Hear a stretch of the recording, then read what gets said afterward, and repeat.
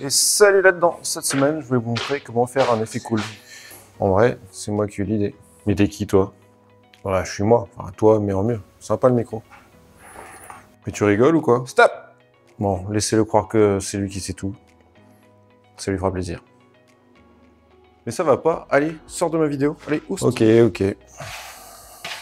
Vous l'aurez compris, avec mes talents d'acteur incroyables, je vais vous montrer comment on fait pour apparaître plusieurs fois sur la même image. C'est super simple en fait. Il y a juste deux choses à savoir qui sont super importantes.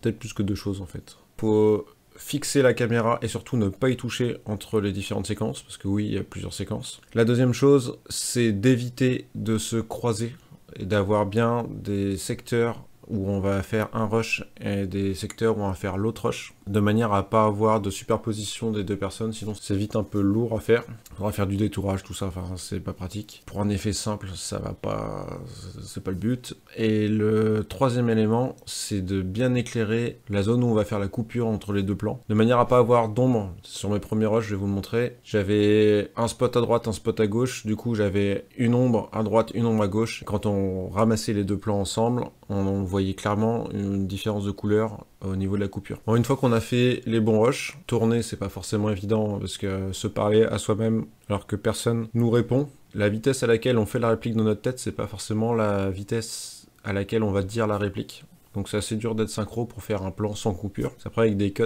c'est un peu de la triche. Et voilà. Après on regarde sur le logiciel ce que ça dit.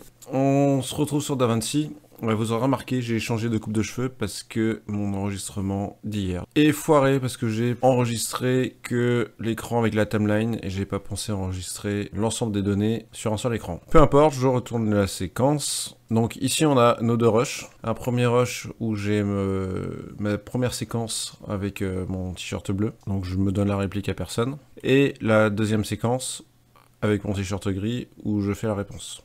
Là, j'ai déjà mis le son sur ces rushs-là des micros. C'est pas le son d'un GoPro. Et pour que ça marche bien, on va se baser sur le timecode du son pour se donner la réplique. Donc je sais que je commence avec mon bonhomme bleu qui parle. Et on va venir répondre. Ça va être ici, à peu près là. À partir de là, on veut répondre. Et là, on va voir qu'il y a la réponse ici. Sur le jeu des réponses, on va essayer de se mettre à peu près... Hop, on va enlever l'alimentation. On va se mettre à peu près comme ça on a les bons silences entre les deux. Et tu rigoles ou quoi? Du coup là on voit que ça marche pas parce que j'ai prévu de faire un arrêt sur image du bleu pendant que le gris parle. Et du coup là on se donne bien la réplique pour voir à peu près ce que ça donne. On va prendre le premier clip et on va aller dans Fusion. Donc un clic droite.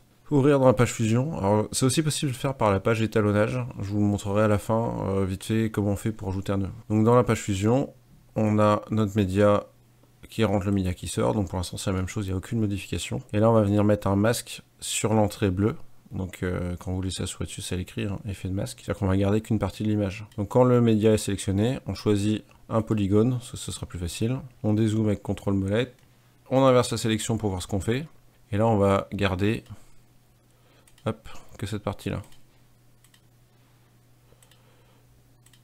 On fait le tour, voilà. On réinverse pour voir ce qu'on a gardé. Et là, après, on va pouvoir venir jouer sur la précision. Si on fait un autre point, ça va rajouter des angles de courbure, tout ça où on en a besoin. Bon, en haut, on s'en fout un peu. Mais ici, on va voir que sur le clip, on va en avoir besoin. Donc là, une fois que c'est validé, qu'on garde que cette partie-là de l'image, tout le reste, c'est ce qu'il y a sur le plan d'en dessous. Du coup, vu que le premier, c'est celui-là, donc on garde que cette partie-là. Là, on voit la démarcation. Et après, le reste, c'est ce qu'il y a sur la vidéo d'en dessous. S'il n'y avait rien, ce serait celle encore d'en dessous. Pour la démarcation, là, on va ajouter un peu de flou sur l'effet. Donc sur le polygone, là, on vient lui rajouter des bords flous. Vous voyez, quand on fait le bord flou, ça floute des deux côtés. On va devoir décaler un poil pour pas avoir un bras transparent. Voilà. Et maintenant, quand on revient dans le montage, on voit plus la séparation. C'est magique. Quand on relance la séquence, là, déjà rien qu'au début, là, on voit qu'il se passe un truc là. Quand on arrive sur ce clip là, on va remettre l'alimentation, quand on arrive sur le début du clip, on voit qu'il se passe un truc là, il y a comme un flash là.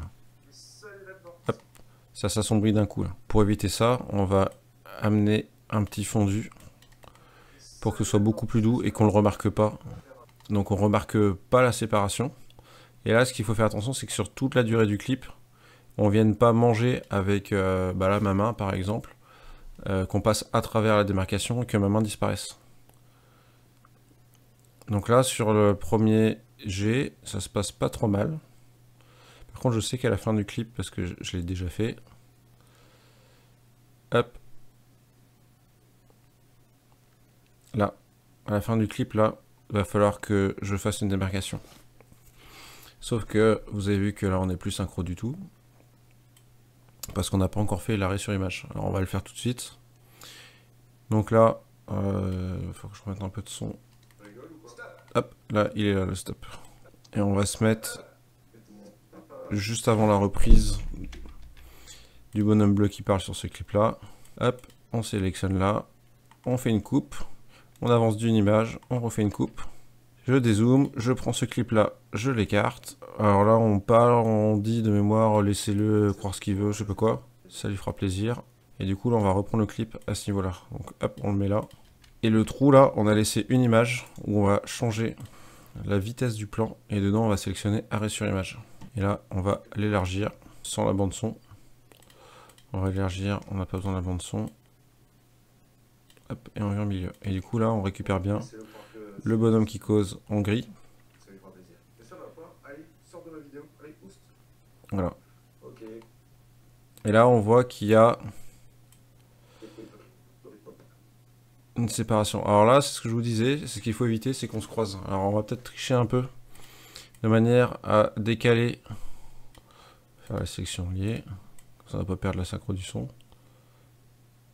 Hop. On va ajouter un petit... Est-ce que ça passe? Ouais, ça joue sur quelques images, on voit pas vraiment de problème au niveau du dialogue. On va rajouter des points clés. Donc sur cette image là, donc là on a notre polygone, hop, on va passer sur Media In, un clic droite, un clic droite, clic droite, clic droite, on repasse sur le polygone, on l'enlève, on repasse sur Media In, clic droite, clic droite, clic droite. Et là normalement ça devrait passer et arriver ici. On va repasser sur le polygone, on va le reprendre encore. C'est-à-dire que là, notre forme, elle va se déplacer. En fait, on a créé des points clés à chaque fois qu'on l'a modifié. Et au niveau du montage, on ne devrait plus voir d'écart. Voilà. Et voilà, on a fait un plan facilement en utilisant Fusion. Alors Fusion, ça fait peur à beaucoup. Je peux vous montrer rapidement sur l'étalonnage. Si j'enlève mon effet Fusion, là, hop, j'enlève mon polygone. On a toujours les plans de la même façon. Donc là, on a un plan au-dessus qui est plat. On va dans l'étalonnage. On a bien notre plan du dessus qui est sélectionné. On ajoute un nœud en série. C'est une bonne pratique ça, mais ne me demandez pas pourquoi. On ajoute une sortie alpha et on relie les carrés bleus. Et là sur celui-là, on va venir travailler de la même façon en rajoutant une zone. Alors c'est celui-là. Et on va venir garder, par exemple, cette zone-là. Pourquoi pas, hein. Et on peut faire exactement la même chose avec les adoucissements. Et on va avoir après la fenêtre tracking pour savoir sur quelle position on est. Et du coup, à partir de là, pareil, on peut faire clic gauche ou clic droite pour avancer, reculer d'une image. Et on va modifier, donc si on garde coché plan ici, on va modifier pour l'intégralité du plan, mais c'est pas ce qui nous intéresse. On va sélectionner image.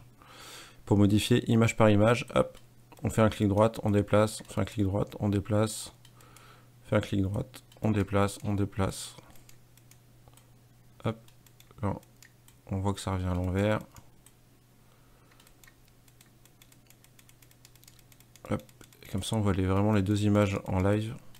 C'est peut-être plus facile à faire que sur Fusion. Voilà, alors on peut laisser comme ça et le plan va se finir. Du coup, si on le rejoue, on voit